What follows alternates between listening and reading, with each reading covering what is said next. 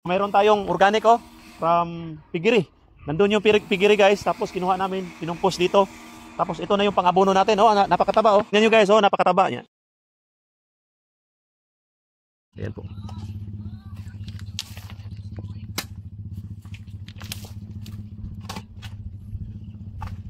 So applying of organic fertilizer tayo guys. Lagyan natin ng 2 kilo. Ipalibot natin. Yan. Palibot natin guys.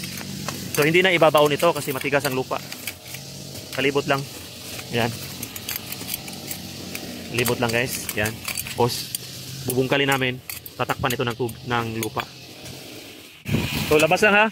Huwag mong patamaan ng ugat. Sa labas ka lang kumuha ng lupa kasi wala pang ugat yan sa labas. Oh, labas lang. Yan. So, wala pa kasi siya mga ugat. Dito ka kumuha sa labas ng ano, papasok ka. So ganyan po kami nag-abono guys ng vermicast. Wala matatamaan na ugat diyan kasi malayo. Dito tayo kukuha sa labas. Pabalik, papasok.